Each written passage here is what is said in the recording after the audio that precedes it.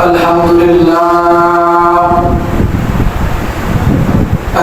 لله نحمده ونستعينه ونستغفره ونؤمن به ونتوكل عليه ونعوذ بالله من شرور أنفسنا ومن سيئات أعمالنا من يهده الله فلا مضل له ومن يضلله فلا هادي له ونشهد أن لا إله إلا الله وحده لا شريك له ونشهد أن سيدنا وسندنا وحبيبنا وحبيب ربنا وطبيبنا وطبيب قلوبنا وأولانا ومولانا محمدا عبده ورسوله صلى الله تعالى وتبارك في كلامه المجيد وفي فرقانه الحميد أما بعد فأعوذ بالله من الشيطان الرجيم بسم الله الرحمن الرحيم ويا آدم اسكن أنت وزوجك الجنة فكلا من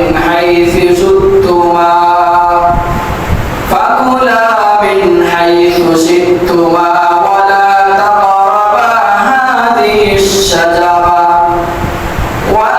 تقربا هذه الشجرة فتكونا من الظالمين صدق الله العلي العظيم وصدق رسوله النبي الأمي الكريم ونحن على ذلك لمن الشاهدين والشاكرين والذاكرين والحمد لله رب العالمين إن الله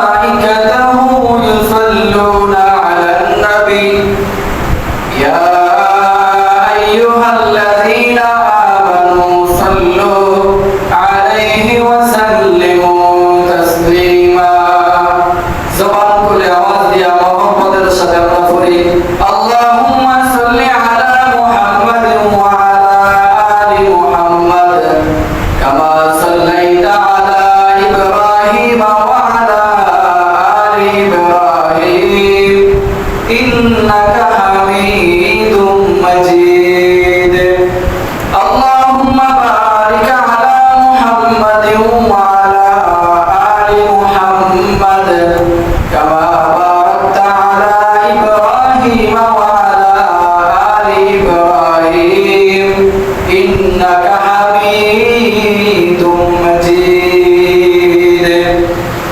توحيد की अमानत सीनों में है हमारा आसान नहीं मिटाना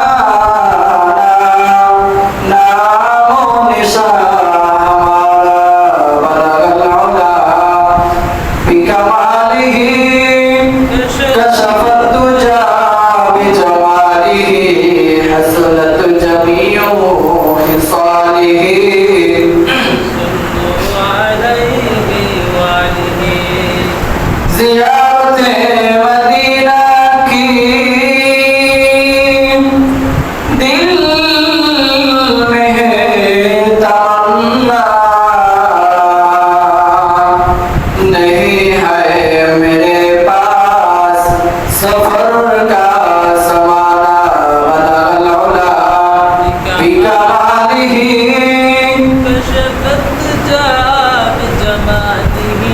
حسنت جميع خصاله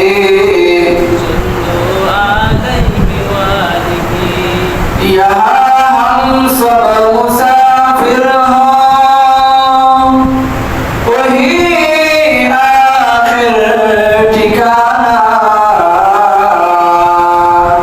कोई आगे रवाना है कोई पीछे रवाना बलगल उला बिकमालिही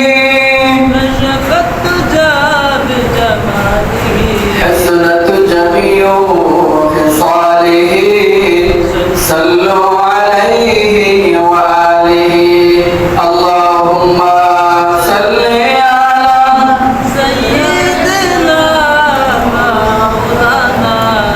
محمد وعلى آل سيدنا আমরা পাপী গুনাহগার গো নবীজি আপনায় চিনলাম না আমরা পাপী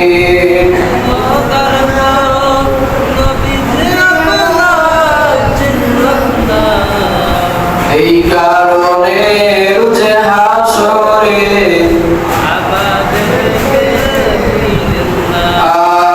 اللهم صل مولانا محمد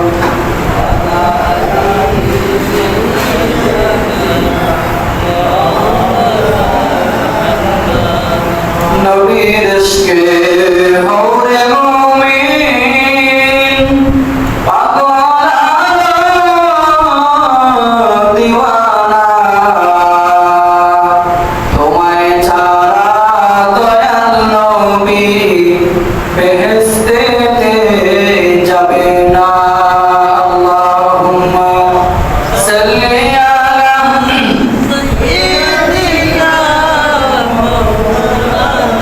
محمد وعلى آل سيدنا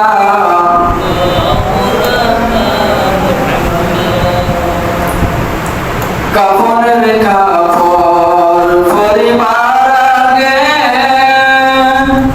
ফিন্নের কাফর ফিলিবে ধনী তাকো গরিব তাকো আজরাইল কাউকে ছাড়বে না আল্লাহুম্মা সাল্লি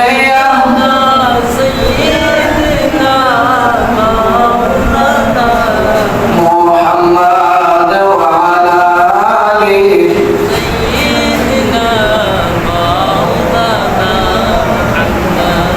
لا إله إلا الله لا إله إلا الله لا إله إلا الله لا إله إلا الله لا إله إلا الله لا إله إلا الله لا إله إلا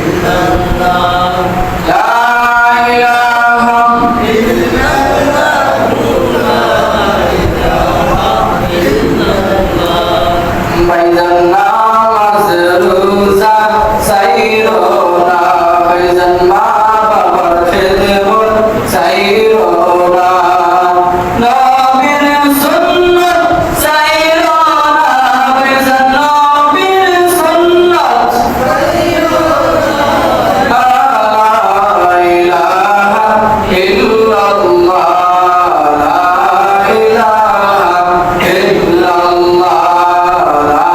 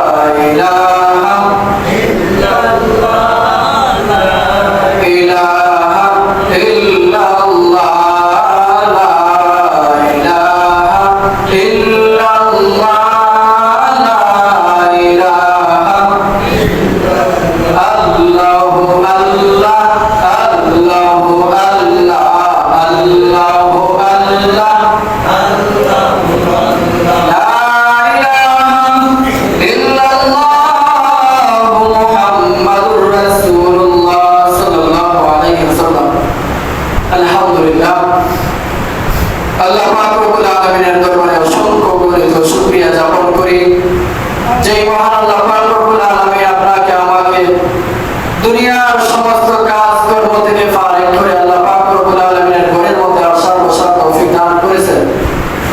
আমরা সেই মহান আল্লাহ পাক রব্বুল আলামিনের দরবারে কালিমাতুল শুকর আদায় করি, বলি আলহামদুলিল্লাহ। গত সপ্তাহে আলোচনা ছিল আমাদের বাবা আদম আলাইহিস সালামকে আল্লাহ তাআলা সৃষ্টি করেছেন।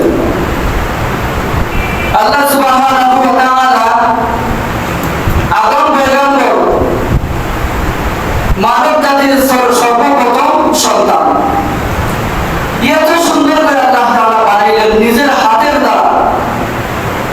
আল্লাহ পাক রব্বুল আলামিন নিজের হাত দ্বারা আদম আলাইহিস সালামকে সৃষ্টি করেছেন। কিভাবে সৃষ্টি হইলেন আর কেন সৃষ্টি করলেন এই কথা জানার দরকার আছে না?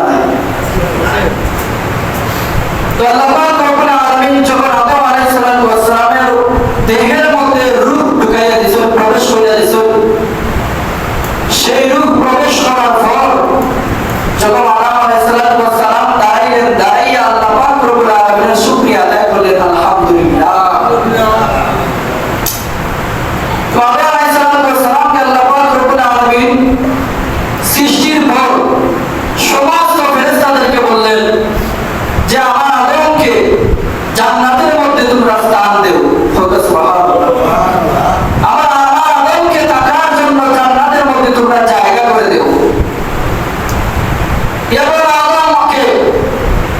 আদমের যত কিছু প্রয়োজন, যত শান্তির প্রয়োজন, যত কিছু নেয়ামতের প্রয়োজন, সমস্ত কিছুকে জান্নাতের মধ্যে তোমরা ধারাবাহিকভাবে এক একটা নেয়ামত উন্মুক্ত করে দেও। আদম আলাইহিস সালামকে আল্লাহ পাক রব্বুল আলামিন জান্নাতের মধ্যে থাকার জায়গা করে দিলেন। সমস্ত ফেরেশতাগণ আদম আলাইহিস সালামের কাজে দিয়ে যেত। আদম আলাইহিস সালাম জান্নাতের মধ্যে যেন চুল পরিমাণ কষ্ট না হয়, এই কারণে আল্লাহ পাক রব্বুল আলামিন অসংখ্য গণিত ফেরেশতাদেরকে খাদেম হিসেবে আদম আলাইহিস সালামের কাজে নিয়োজিত করে দিলেন। সুবহানাল্লাহ। জান্নাতের মধ্যে কোনো কিছু অভাব নাই, খাওয়ার কোনো অভাব নাই, ফিন্নের কোনো অভাব নাই, নেয়ামতের কোনো অভাব নাই। অর্থাৎ জান্নাত এমন একটা জায়গা শুধু শান্তি আর শান্তি, অশান্তির কোনো কোথাও নাই, অশান্তির কোনো প্রশ্নই আসে না। এমন এক জান্নাত, ওই জান্নাতের মধ্যে আল্লাহ পাক রব্বুল আলামিন তার পয়গম্বর আদম আলাইহিস সালামকে থাকার জায়গা দিলেন। আল্লাহ পাক রব্বুল আলামিন সমস্ত ফেরেশতাদেরকে আদমের খাদিম হিসেবে নিয়োজিত করে দিলেন। সমস্ত ফেরেশতারা আদমের খেদমত করেন, সমস্ত জান্নাতের নিয়ামত আদম উপভোগ করেন। এইভাবে শান্তির মধ্যে আদম আলাইহিস সালাম বসবাস শুরু করলেন। প্রতিদিন আল্লাহ পাক রব্বুল আলামিন বিশেষ বিশেষ নিয়ামত দান করেন। এই সমস্ত নিয়ামত পাইতে হইতে আদম আলাইহিস সালাম জান্নাতের মধ্যে শান্তির মধ্যে বসবাস করতেছেন। এমন একদিন আল্লাহ পাক রব্বুল আলামিন তাকায়া দেখেন আদম আলাইহিস সালামের অন্তরের মধ্যে অশান্তি বাদ সৃষ্টি হইল। আল্লাহু আকবার।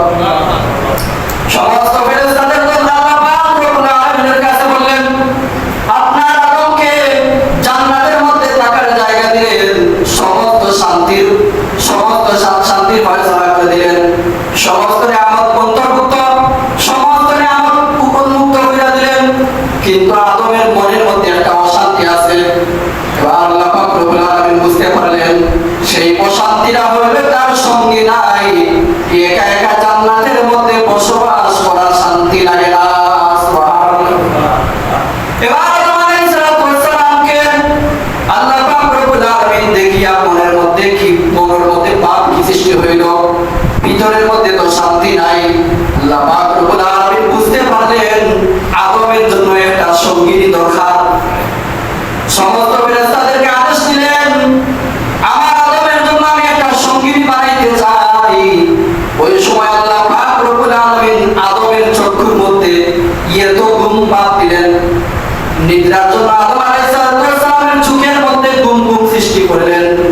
এমন সময় আদম আলাইহিস সালাম জান্নাতের মধ্যে ঘুমাইয়া গেলেন। জান্নাতের মধ্যে ঘুমানোর পর আদম আলাইহিস সালামের বাম পাজর থেকে একটা হাড্ডি আল্লাহ তাআলা বের করলেন। আল্লাহু আকবার বলেন। একটা হাড্ডি বের করিয়া আদম আলাইহিস সালামের জন্য সুন্দর একটা সঙ্গিনী আল্লাহ তাআলা হাওয়া আলাইহিস সালামকে সৃষ্টি করলেন। সুবহানাল্লাহ। এবার হাওয়া আলাইহিস সালামকে আল্লাহ তাআলা হাওয়া আলাইহিস সালামকে বললেন, যাও আদমের নিদ্রা থেকে আদমকে জাগাও। হাওয়া আলাইহিস সালাম যখন আদমকে নিদ্রা থেকে জাগাইলেন, জাগানোর সাথে সাথে আদম আলাইহিস সালাম তাকাইয়া দেখেন এত সুন্দর এক রমণী, এত সুন্দর এক মহিলা, এত সুন্দর এক জান্নাতের মধ্যে যেরকম শান্তি আছে, জান্নাতি পোশাক পরা, জান্নাতি নিয়ামত তার শরীরের মধ্যে, অঙ্গ প্রত্যঙ্গের মধ্যে জান্নাতের নিয়ামত ভরপুর কামিয়াব হয়ে গেছে। আদম আলাইহিস সালাম পুনার সঙ্গিনীকে দেখে আল্লাহ পাক রব্বুল আলামিন আদেশ দেওয়ার আগে সঙ্গিনীকে ধরার জন্য যখন সামনে আগাইয়া গেলেন, আল্লাহ পাক রব্বুল আলামিন বলেন, সাবধান, তুমি এখনো আদম তুমি আমার নিয়ামত উপভোগ করতেছো, কিন্তু তোমার সঙ্গিনীকে তুমি বিবাহ করছো না, তুমি ধরতে পারবে না, তোমার সঙ্গিনীকে তুমি ধরতে পারবে না, সইতে পারবে না। আল্লাহ পাক রব্বুল আলামিন এই কথা বলার পর আদম আলাইহিস সালামের কথা শুনে আল্লাহ পাক রব্বুল আলামিন বললেন, তো আদমকে বললেন, যদি তুমি তোমার স্ত্রীকে সইতে চাও, এই মহিলাকে সইতে চাও, তাইলে বিবাহ করতে হবে। আদম আলাইহিস সালাম বললেন, তাইলে আমার সাথে হাওয়াকে বিবাহ করাইয়া দেন। তারপর আল্লাহ পাক রব্বুল আলামিন হাওয়া আলাইহিস সালামকে আল্লাহ নিজেই বিবাহ করাইয়া দিলেন। সুবহানাল্লাহ। হাওয়া আলাইহিস সালামকে আল্লাহ তাআলা নিজে আদমের সঙ্গে বিবাহ করাইয়া দিলেন। সেই বিবাহের খুতবার মধ্যে আল্লাহ পাক রব্বুল আলামিন আল্লাহর ক্ষমতার কথা বললেন, আল্লাহর সৃষ্টির কথা বললেন, আল্লাহর সৃষ্টির সেরা মানব মুহাম্মদুর রাসূলুল্লাহ সাল্লাল্লাহু আলাইহি ওয়াসাল্লামের কথা বললেন। সুবহানাল্লাহ।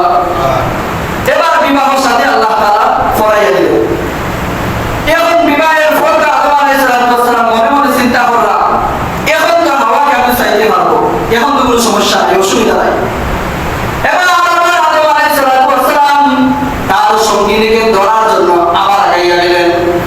আবার আল্লাহ পাক রব্বুল আলামিন বলেন, সাবধান, তুমি বিবাহ করছো, কিন্তু মহারানা দেওয়ার বাকি আছে। কথা বলেন ঠিক কিনা? মহারানা যতক্ষণ পর্যন্ত তুমি দিবা না, ততক্ষণ পর্যন্ত তোমার হাওয়া সঙ্গিনীকে তুমি চাইতে পারবা না। এবার আদম আলাইহিস সালাম বললেন, জান্নাতের মধ্যে আপনার নিয়ামত, আপনার সমস্ত কিছু, আমার তো কোনো কিছু নাই, এটা আমি মহারানা দিব কই থেকে? আল্লাহ পাক রব্বুল আলামিন বললেন, তুমি যদি মহারানা দিতে চাও, এইটা আমার হাবিব মুহাম্মদুর রাসূলুল্লাহ সাল্লাল্লাহু আলাইহি ওয়াসাল্লামের উপর 10 বার দুরূদ শরীফ পড়ো। সুবহানাল্লাহ।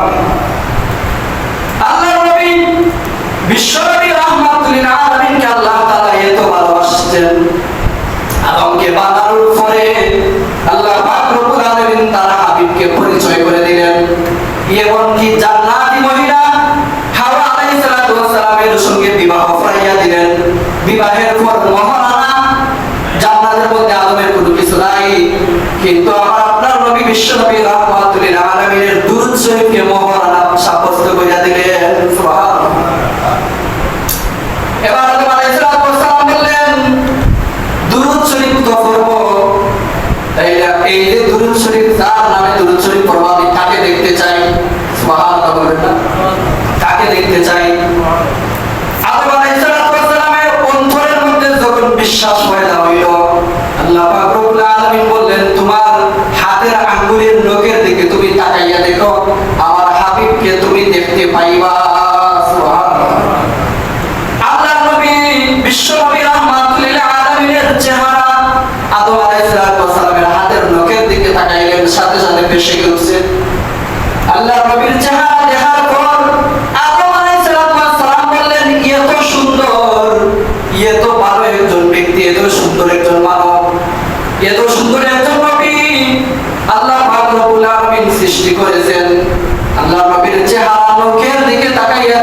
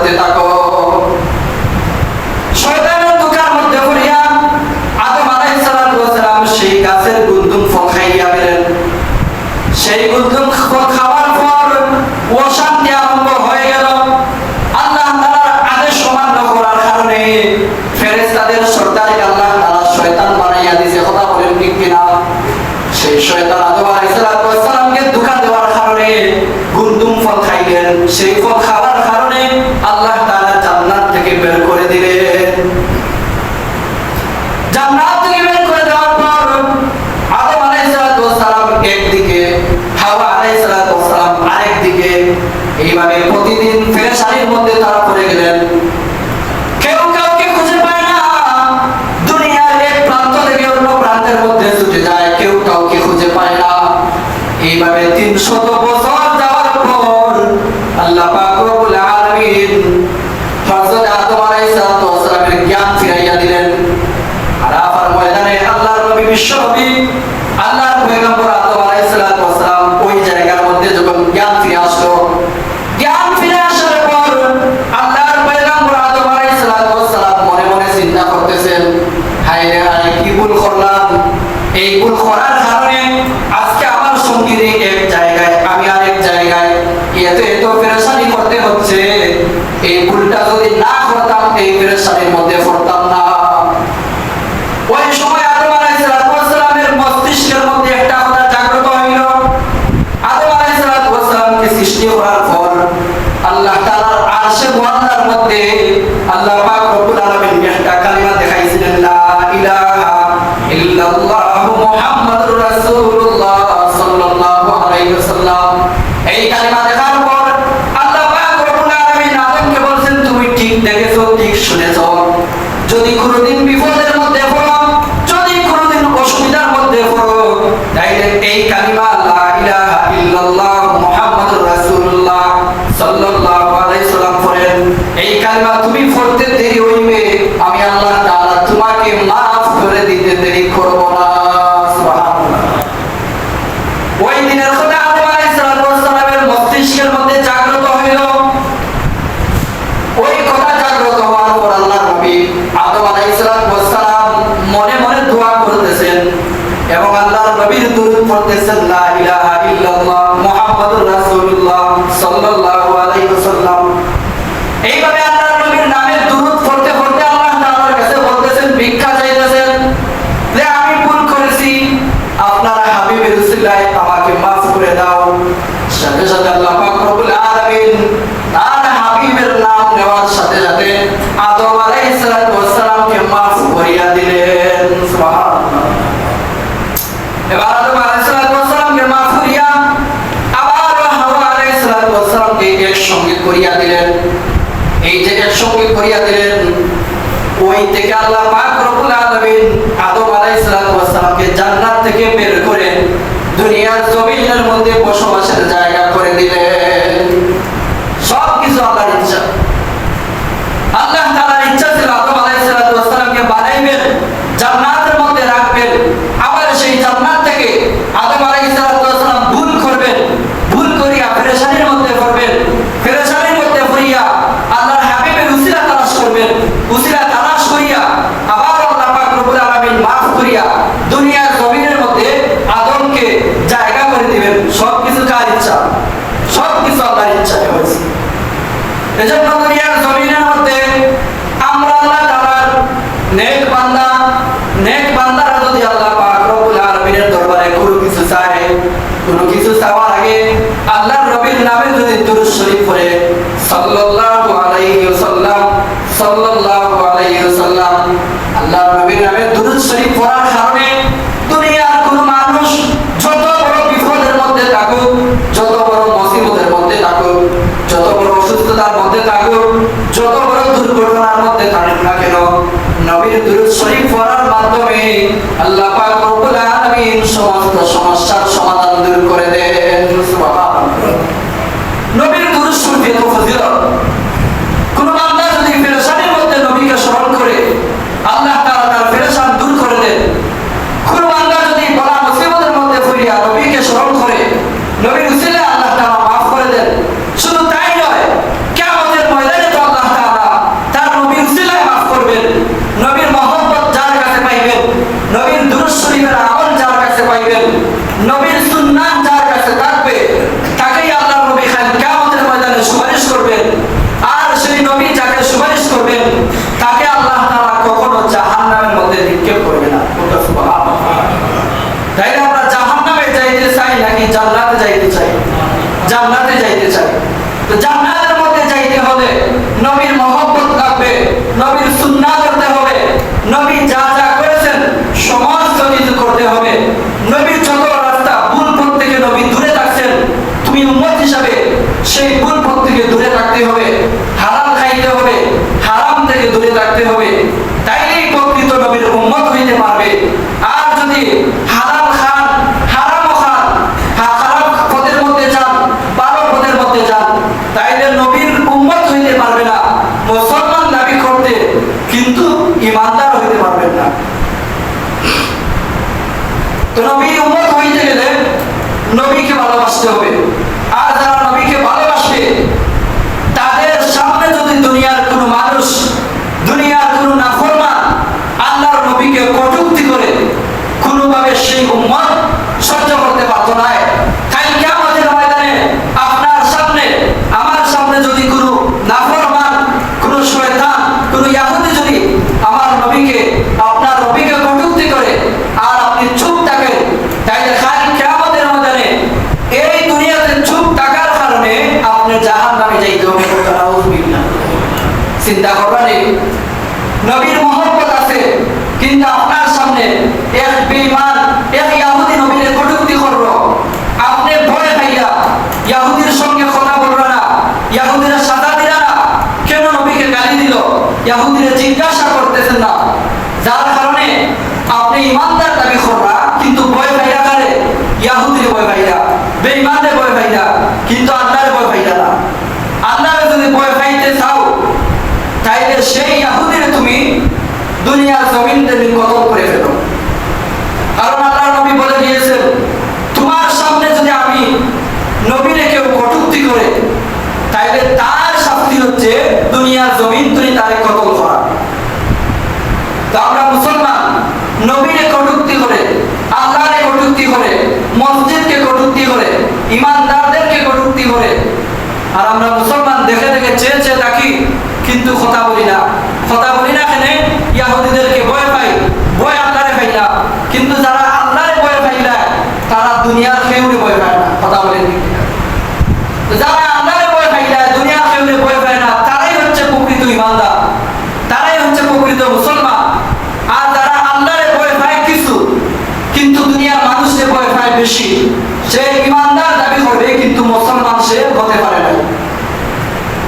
তো আল্লাহরে ভয় করলে কি তা করা লাগবো?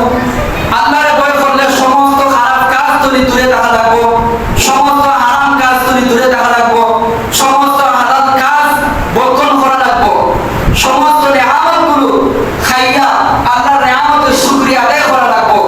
আল্লাহর নেয়ামত খাইয়া যদি আল্লাহর নাফরমানি করেন, আল্লাহর শুকরিয়ার অসন্তুষ্ট হয়ে যান, অশুকরিতা করেন, তাইলে আপনি মুসলমান হইলেন কিন্তু ইমানদার হইতে পারবেন না। ইমানদার কারে হয়? যারা ইমান আনার ফলে নেক কাজ করে, সমস্ত খারাপ কাজ যদি দূরে রাখতে পারে, তাদেরকে বলে ইমানদার। তো আমরা তো মুসলমান দাবি করি কিন্তু কাজে করবে তো আমরা মুসলমানের পরিচয় নাই। কাজের বেলায় আমরা ইহুদিদের পরিচয় দেই, কাজের বেলায় বেঈমানদের পরিচয় দেই, কাজের বেলায় নাফরমানদের পরিচয় দেই। এই যদি কাজের বেলায় নাফরমানদের পরিচয় দেই, কাল কিয়ামতের ময়দানে আল্লাহর নবীর সামনে যতই ইমানদার বলি না কেন, আল্লাহর নবী আপনাকে আমাকে চিনত না। আপনার কাছে যদি ইমানদারির মধ্যে ইমানদারি থাকে, মুসলমানের পরিচয় থাকে, তাইলে কাল কিয়ামতের ময়দানে আপনি আল্লাহর নবীকে তালাশ করা লাগতো না, নবী আপনাকে তালাশ করবে। কারণ নবীর ভালোবাসা আপনার অন্তরের মধ্যে আছে, নবীর সুন্নাহ আছে আপনার কাছে, নবীর জীবনের মধ্যে যা কিছু আছে সমস্ত কিছু আপনার জীবনের মধ্যে আছে, যার কারণে কাল কিয়ামতের ময়দানে নবী আপনাকে সুপারিশ করার জন্য তোমাকে খোঁজাখুঁজি আরম্ভ করবে। সুবহানাল্লাহ। কাল কিয়ামতের ময়দানে যখন সূর্য এক হাত উপরে আসবে, সমস্ত মানুষ ইয়া নাফসি ইয়া নাফসি বলতে থাকবে। এমনকি মানুষের গুনাহের কারণে প্রত্যেকের গুনাহের অনুযায়ী দুনিয়ার জমিনের মধ্যে যে যতটুকু গুনাহ করব, কাল কিয়ামতের ময়দানে সূর্য যখন এক হাত উপরে আসবে, সূর্য যখন এক হাত উপরে আসবে, সূর্যের সমস্ত তাজ, সূর্যের সমস্ত পাওয়ার প্রয়োগ করবে। ওই সময় দুনিয়ার সমস্ত মানুষ যার যার গুনাহের কারণে কাল কিয়ামতের ময়দানে শাস্তি পাবে। কোনো কোনো মানুষের হাঁটু পরিমাণ কাম নাই বাহির হবে, নিজের গামে কোনো কোনো মানুষের বুক পরিমাণ গাম চলে আসবে, আবার কোনো কোনো মানুষের গলা পরিমাণ গাম চলে আসবে গুনাহের কারণে। আবার কোনো কোনো মানুষ নিজের গামের মধ্যে সাঁতার কাটতে থাকবো। চিন্তা করেন, নিজের গুনাহের কারণে মানুষ সাঁতার কাটবো নিজের গামের মধ্যে। কিয়ামতের মধ্যে কঠিন পরিস্থিতি হবে। ওই সময় যদি তুমি নবীকে ভালোবাসতে পারো, যখন তোমার গলা শুকাইয়া যাইবে, গলা শুকাইয়া তোমার ভিতরের মধ্যে এমন ভাবে কঠিন পরিস্থিতি শুরু হবে, তখন আল্লাহর নবী আপনার জন্য এক গ্লাস কাউসার আপনাকে তালাশ করবে। তুমি নবীর উম্মত, তোমাকে কিভাবে এক গ্লাস কাউসার নবী পান করাইবে, সেই পান করানোর সাথে সাথে জান্নাতে যাওয়ার আগ পর্যন্ত তোমার পিপাসা দূর হয়ে যাবে। সুবহানাল্লাহ। নবী তালাশ করবে, তুমি নবীকে তালাশ করা লাগতো না। নবী কেন তালাশ করবে? নবীর মহব্বত তোমার অন্তরের মধ্যে আছে, নবীর দুরূদ শরীফ তুমি পড়ো, নবীর সুন্নাহ তুমি জীবনের মধ্যে যৌবন শুরু হওয়ার পর থেকে মরণের আগ পর্যন্ত নবীর সুন্নাহ তুমি পালন করছো, যার কারণে নবী খাইল কিয়ামতের ময়দানে তোমার সুপারিশের জন্য আল্লাহর নবী যথেষ্ট, আর কোনো কিছু দরকার নাই। একমাত্র নবী যথেষ্ট। নবীরে যদি পাইতে পারো তাহলে আপনার জীবন সফল, আর নবীরে যদি না পাও দুনিয়ার জমিনের মধ্যে, তাহলে দুনিয়াও বরবাদ, আখিরাতও বরবাদ। এজন্য আল্লাহ তাআলা বেশি বেশি বলেছেন যে আমার জিকির তোমরা যদি নাও করতে পারো, অন্তত আমার হাবিবের উপর প্রতিদিন 100 বার দুরূদ শরীফ পড়ো। নবীর দুরূদ শরীফ পড়ার মাধ্যমে নবীর স্বপ্নের যুগে দেখতে পারবে, আর নবীর যদি কেউ স্বপ্নের যুগে দেখতে পারে তাইলে তার উপর জাহান্নাম হারাম হয়ে যায়। সুবহানাল্লাহ। তো আমরা বেশি বেশি নবীর উপর দুরূদ শরীফ পড়বো, নেক কাজ করবো বেশি বেশি, হারাম কাজ থেকে দূরে থাকবো, হালাল খাবার চেষ্টা করবো, হারাম থেকে দূরে থাকার চেষ্টা করবো। আল্লাহ পাক রব্বুল আলামিন যেন সবাইকে তৌফিক দান করেন। আমরা সবাই বলি আমিন। ওয়া আখিরু দাওয়ানা আলহামদুলিল্লাহি রাব্বিল আলামিন। সাল্লাল্লাহু আলা সাইয়্যিদিনা ওয়া মাওলানা মুহাম্মদ ওয়া আলা আলিহি ওয়া আসহাবিহি ওয়া সাল্লাম। আস্তাগফিরুল্লাহ ইন্নাল্লাহা গফুরুর রহিম। আস্তাগফিরুল্লাহ রাব্বি মিন কুল্লি যামবি ওয়া আতুবু ইলাইহি। লা হাওলা ওয়া লা কুওয়াতা ইল্লা বিল্লাহিল আলিয়্যিল আযীম। সুবহানাল্লাহি ওয়া বিহামদিহি সুবহানাল্লাহিল আযীম। লা ইলাহা ইল্লাল্লাহ মুহাম্মাদুর রাসূলুল্লাহ সাল্লাল্লাহু আলাইহি ওয়াসাল্লাম। আল্লাহুম্মা আমিন। আলহামদুলিল্লাহি রাব্বিল আলামিন ওয়া আখিরাতু লিল মুত্তাকিন ওয়াসসালাতু ওয়াসসালামু আলা সাইয়্যিদিল আশরাফিল আমবিয়া'i ওয়াল মুরসালিন ওয়া আলা আলিহি ওয়া আসহাবিহি আজমাইন। ইয়া রাব্বুল আলামিন, পবিত্র জুমার দিন আমরা গুনাহগার আপনার ঘরের মধ্যে হাজির হইয়া আর হাবিবের দুরূদ শরীফ পড়িয়া আলোচনা করিয়া আলোচনা চুরিয়া আমরা গুনাহগার আপনার কাছে হাত বাড়াইলাম। মালিক আল্লাহ, আমরা জিন্দেগীর সমস্ত গুনাহ আল্লাহ মাফ করিয়া দাও। আল্লাহ, যত গুনাহের কাজ করেছি মাফ করিয়া দাও। সমস্ত আমল বন্দেগী আপনি কবুল আর মঞ্জুর করুন। রব্বুল আলামিন, আল্লাহ প্রত্যেকের জিন্দা মুর্দা তামামরে মাফ করিয়া দাও। প্রত্যেকের জমি মুর্দাদের কবরকে জান্নাতুল ফেরদাউসের বাগান বানাইয়া দাও।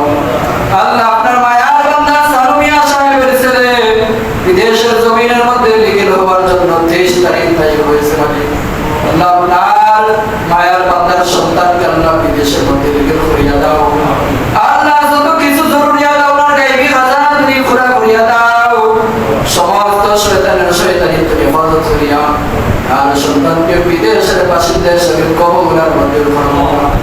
আল্লাহ, যত সন্তান বিদেশে যাওয়ার উদ্দেশ্য করছেন সবাইকে নিয়ে কবুল করো। আল্লাহ, সবাইকে আল্লাহ সহিহ সালামতে নিয়ে পৌঁছে দাও। সমস্ত সমস্যার সমাধান করিয়া দাও। রব্বুল আলামিন, আল্লাহ, আমাদের নাম ধরিয়া ধরিয়া সমাপতিরায় কোটি কোটি দুরূদ আর সালাম পৌঁছে দাও। আল্লাহ, মুদ্রাকে কবর সামান দুগার করার তৌফিক দাও। আপনার হাবিবের মহব্বত ভালোবাসা অন্তরের মধ্যে পয়দা করিয়া দাও। আপনার হাবিবকে স্বপ্নে যুগে আমাদের সবাইকে দেখাইয়া দাও। কিয়ামতের ময়দানে আপনার হাবিবের কাউসার আমাদের সবাইকে পান করাইও। আল্লাহ, মৃত্যুর আগে